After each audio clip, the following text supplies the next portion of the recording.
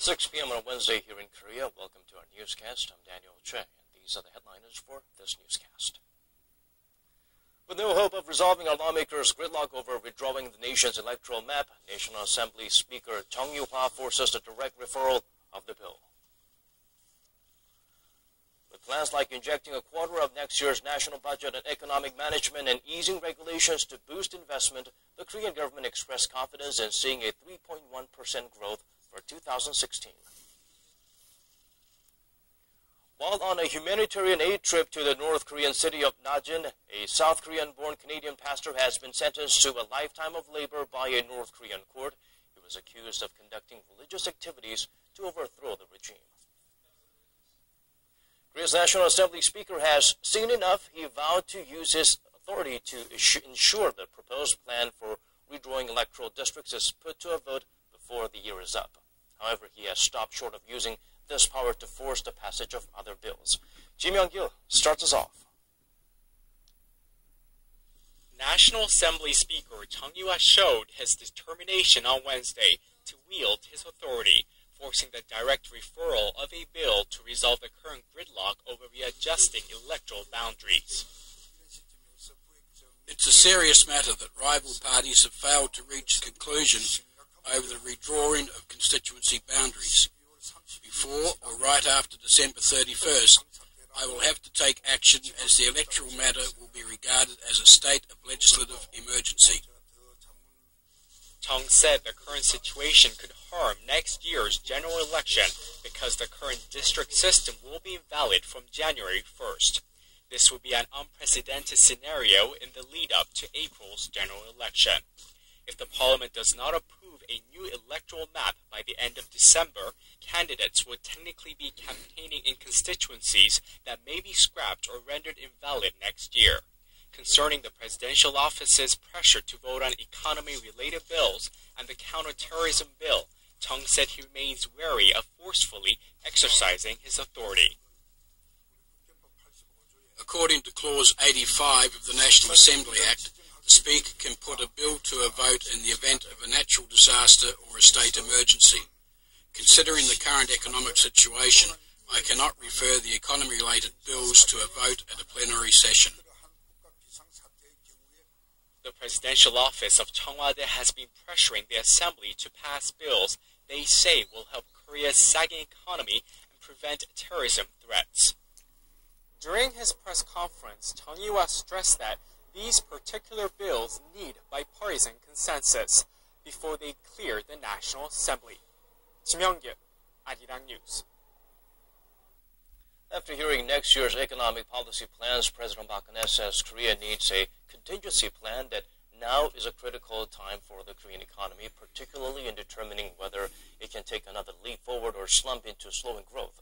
And growth can only be fully supported with reforms. She went on to emphasize there are even more uncertainties to be tackled next year, including the potential U.S. Fed rate hike, which will add even more variables into international financial markets.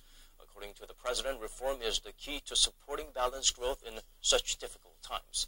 And she also stressed the economy must be put back on track so that people can feel its recovery in the year 2016. She again called on lawmakers to proceed with reform bills to boost the economy. And the Korean economy is facing a tough year ahead, with multiple factors posing challenges from both at home and abroad. With that, private institutions are skeptical about Korea achieving its 3% range growth next year, but the government remains confident about this, promising to keep a close eye on low prices and cutting red tape. Hwang Ji-hye has the details. Korea expects its economy to expand 3.1% in 2016. That's a trim from an earlier forecast of 3.3%, but still higher than the mid-2% range that a majority of private financial institutions have put forward. It says it will also evaluate the country's economic expansion based on current prices, offering not only real GDP growth but nominal growth figures as well, a move reflecting the government's drive to keep better tabs on Korea expects its economy to expand 3.1% in 2016. That's a trim from an earlier forecast of 3.3%, but still higher than the mid-2% range that a majority of private financial institutions have put forward. It says it will also evaluate the country's economic expansion based on current prices, offering not only real GDP growth but nominal growth figures as well, a move reflecting. Korea's National Assembly Speaker has seen enough. He vowed to use his authority to ensure the proposed plan for redrawing electoral districts is put to a vote before the year is up. However, he has stopped short of using this power to force the passage of other bills. Ji Myung-gil starts us off. National Assembly Speaker Chung Yu-ah showed his determination on Wednesday to wield his authority, forcing the direct referral of a bill to resolve the current gridlock over readjusting electoral boundaries. It's a serious matter that rival parties have failed to reach a conclusion over the redrawing of constituency boundaries before or right after.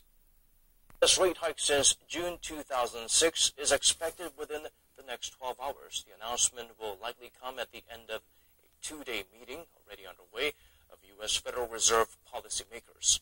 However, with the hike comes looming concerns for emerging economies, including Korea. Kim Min-ji has this report. It's widely expected the U.S. Federal Reserve will raise rates this week for the first time in nearly a decade. According to a recent Wall Street Journal poll of 65 economists, 97% said the Fed will probably raise rates from near zero. Adding more certainty to the data-dependent decision, the U.S. Consumer Price Index edged up 0.5% on year in November, slightly above market expectations. The country has also posted improved job market data, adding 211,000 jobs in November. The jobless rate also fell to a more than 7-year low of 5% last month. Ahead of the Fed's announcement, Asian stocks rallied on Wednesday. Korea's benchmark Kospi climbed 1.9%, while Japan's Nikkei rose 2.6%, and Hong Kong's Hang Seng rose 1.9%. This follows overnight gains on Wall Street as energy and financial shares rebounded on a pickup in oil prices. The Dow Jones Industrial Average added 0.9%, the S&P 500 over 1%, and the Nasdaq rose 0. This area have been closed for the day because of a security threat. The announcement affects more than 1,000 schools and some 650,000 students. Police say a credible electronic threat had been received from a foreign country and all schools would be searched. Officials in New York City said they received a similar threat but deemed it was a hoax.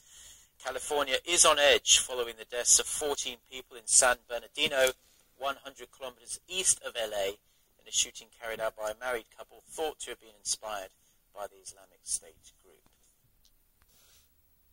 Seoul and Tokyo have once again failed to reach agreement on the unresolved issue of Japan's wartime sexual enslavement of tens of thousands of Korean women during talks earlier today. A disappointing outcome, as it was likely the last such meeting this year, and time is running out for the surviving victims to get what they've long deserved. Kwon So-wa has our top story. It was already the 11th round of talks meant to get South Korea and Japan on the same page toward resolving the issue of Japan's sexual enslavement of Korean women during World War II. But at Tuesday's meeting in Tokyo, the two sides failed once again to find common ground. Seoul's Foreign Ministry's Northeast Asian Bureau Chief Lee Sang-dok, Korea's representative to the talks, told reporters after the meeting with his Japanese counterpart Kimihiro Ishikane that at this stage it was difficult to say that the talks were productive, but also hard to say they were not. Seoul wants to see an early conclusion of the negotiations, but whether another round can be held this year has to be analyzed once the delegation returns to Korea. While Seoul has been pushing for a formal apology and compensation from Japan for the sexual enslavement of Korean women by the Japanese military during the Second World War, Japan wants to approach the issue on a purely humanitarian level. Tokyo claims that the issue was settled under a 1965 bilateral treaty that normalized relations between the two countries. Despite the fact there has been no major progress on the matter since the first talks were held in April last year, expectations for Tuesday's meeting were higher than usual. That's because the meeting came just 2 weeks before the end of the year and after President Park Geun-hye had called for greater momentum toward a resolution by the end of this year during her first summit with Japanese Prime Minister Shinzo Abe in November. Even if Japan does apologize, only 46 out of the 238 Korean victims registered as so-called comfort women are still alive today to hear that apology after one of them died earlier this month. Kwon-soa, Arirang News. Now here's yet another worrying report about global warming. Glaciers on Mount Everest have shrunk by more than a quarter over the past 40 years due to climate change. This is according to a joint report released by the Chinese Academy of Sciences in conjunction with the local university and conservation center. It says the glaciers have been reduced by 28% compared to measurements taken in the 1970s. The glacial area on the south slope of the world's tallest mountain has decreased by a massive 26% since the 1980s. The shrinking glaciers have resulted in the swelling of many glacial lakes. Recently released a study that shows air pollution patterns around the world over the last decade. The changes in air pollution patterns are not random and are mostly related to human activity. Son Jung-in tells us more. Using new high-resolution global satellite maps of air quality indicators, NASA scientists analyzed trends in nitrogen dioxide levels around the world from 2005 to 2014. Nitrogen dioxide is a pollutant emitted by automobiles, power plants, and industrial activity. Compared to the map 10 years ago, China saw an increase of 20 to 50% of nitrogen dioxide, much of it occurring over the middle west of China due to the rising use of coal for power. Seoul had the joint 5th highest level of nitrogen dioxide. Only Beijing, Guangzhou, Tokyo, and Los Angeles had worse air quality than the South Korean capital. But on a brighter note, Seoul's concentration level has decreased by 15% over the last decade. 3 major Chinese metropolitan areas, Beijing, Shanghai, and the Pearl River Delta, also saw nitrogen dioxide reductions of as much as 40%.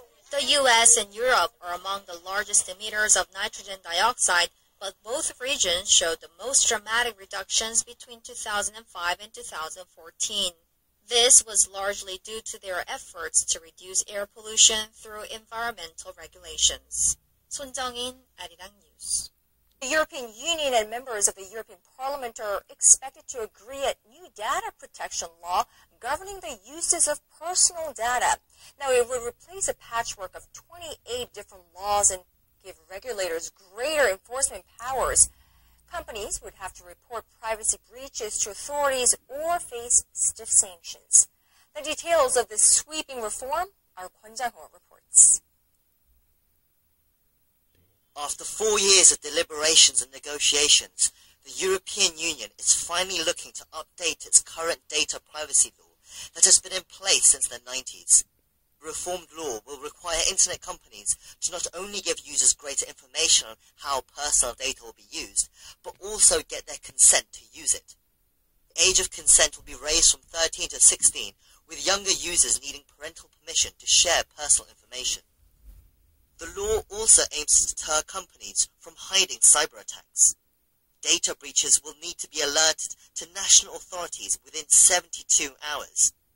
Failure to disclose the information could cost the infringing company a fine of around 4% of its global revenue.